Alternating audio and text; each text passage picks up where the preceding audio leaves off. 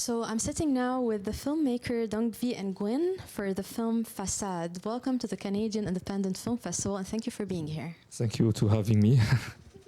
Okay, so I would like to talk first about you as an artist, not only as a filmmaker, you are a VFX artist. So tell me more about your journey. Where did you study? And how does this help you in making films? It's a very interesting profile you have.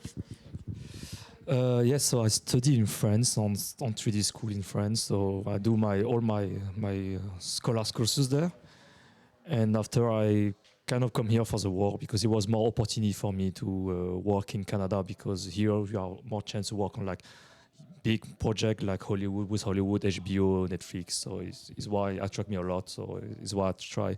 Because when I finished my studies, the first thing I did, it was my passport to fly to somewhere else to not stay in France.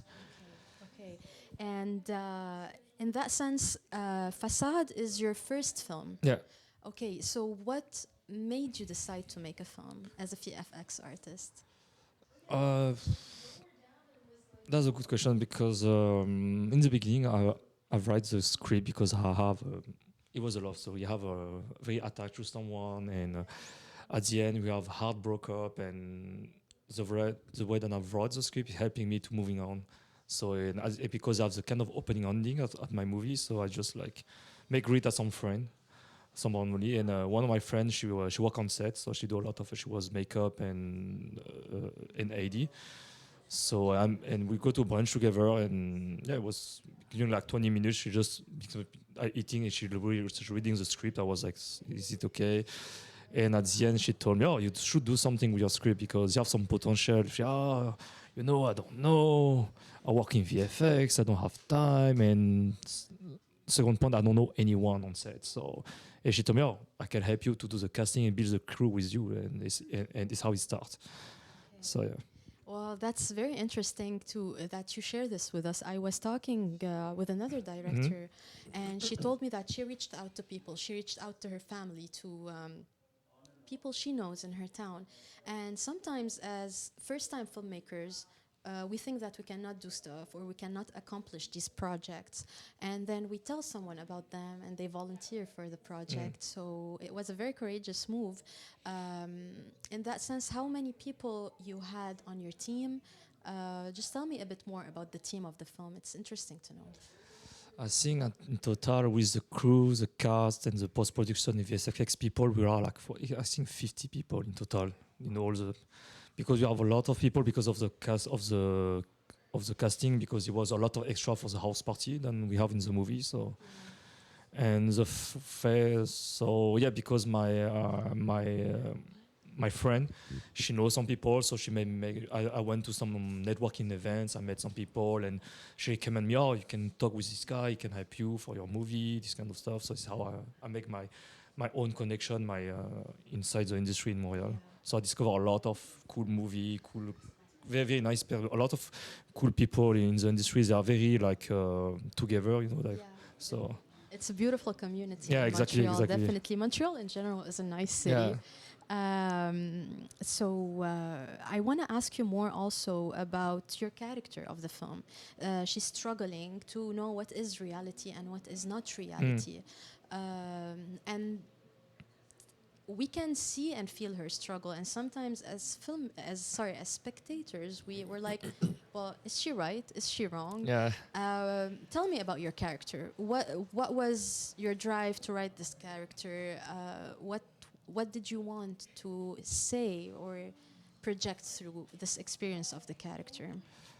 It was kind of when it was kind of connected to myself, because when I have kind of a heartbroken with my relationship, I just learned that everything that she told me was a lie. So it's kind of like I was like fuck. I don't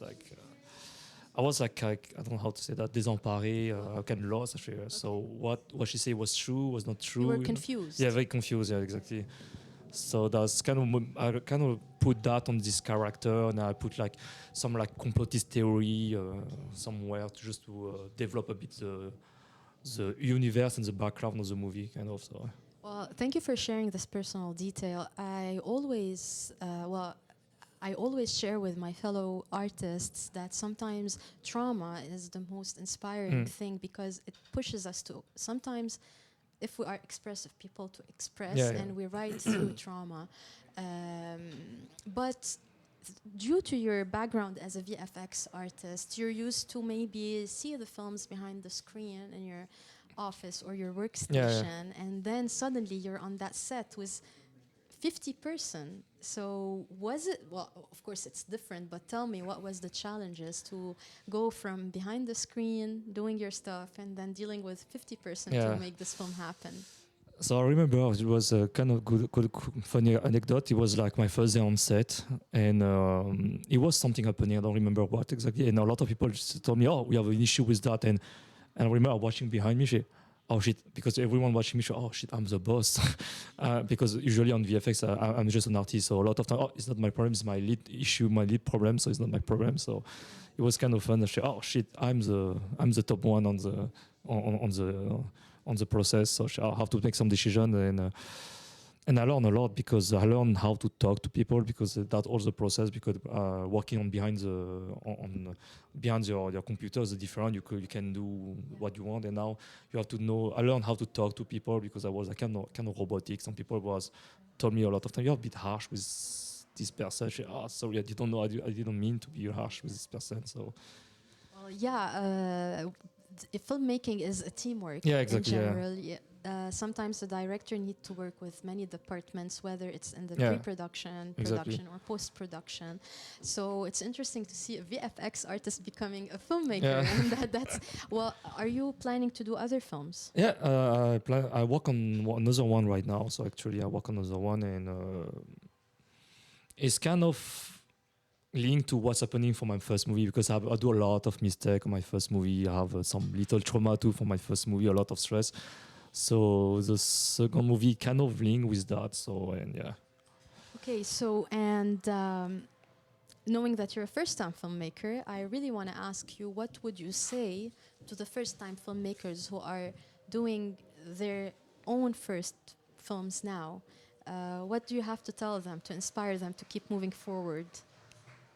Just don't give up because I shot my movie before COVID happening, so I lost almost all my cast. I have to recast people, have to redo my crew, to change my crew, and it was hard for me because I put a lot of my time on that, and now because of the pandemic, I lost everyone on my show, and I almost give up. Just don't give up. Just like follow your dream and go until the end. So it was a good accomplishment to finish the movie at the end. Thank you very much for this talk. Thank you for being here. I hope you really enjoy the film festival, and we hope to see you in the next editions. Yeah. Thank you very much.